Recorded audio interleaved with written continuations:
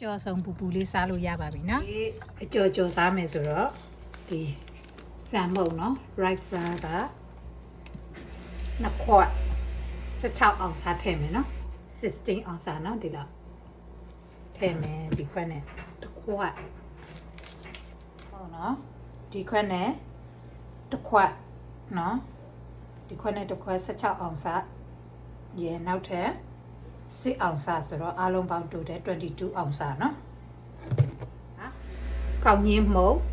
4အောင်စား4အောင်စားဒီမှာတော့ဒီတစ်စိတ်လေးကိုသုံးထားပါတယ်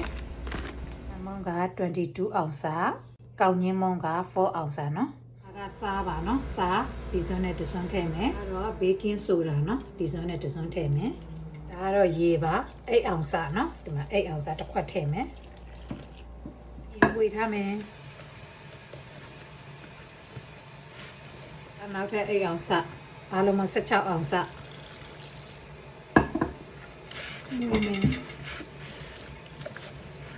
ဒီအနေထားလေးနော်ဒီလိုလေးလုပ်ကြည့်လိုက်ရင်ဒီလိုအနေထားလေးပါ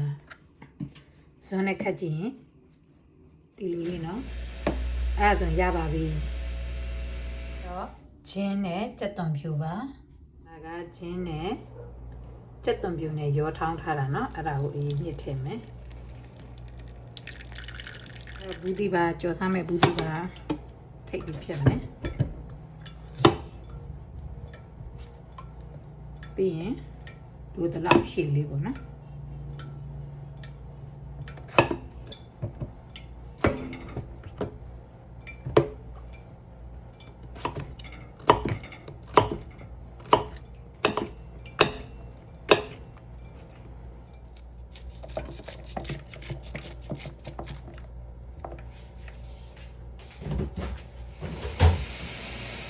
ပူအောင်တည်ထားပါတယ်စီပူလိုင်းကြုံနေပါနော်မုံမီလေးကဒီလိုအနေထားရှိပါတယ်ဒီကိုဒီထည့်ထည့်မယ်ဒီလိုလေးနေထားမယ်ထည့်မယ်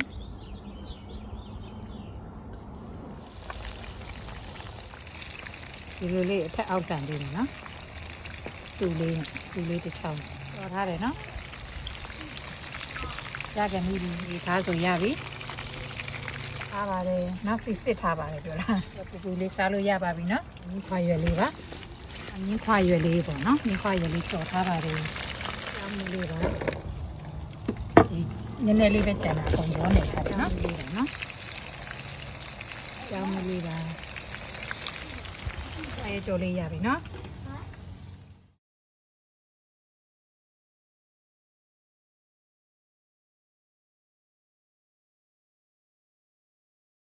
ကြော်စုံပူပူလေးစားလို့ရပါပြီနော်အချင်းဖြော်ဖို့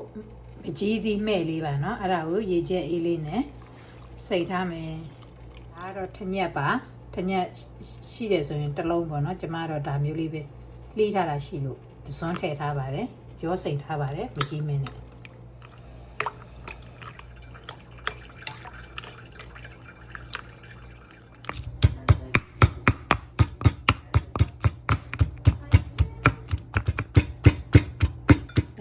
ကြက်သွန်ဖြူဂျင်းနဲ့ငရုတ်သီးစိမ့်ထောင်းထားတာနော်ပြီးရင်မကြီးမဲ့ဒီလိုမျိုးအရေးညစ်ထားတာလေးကိုစစ်မဲစကားနဲ့ထည့်ပြီးတော့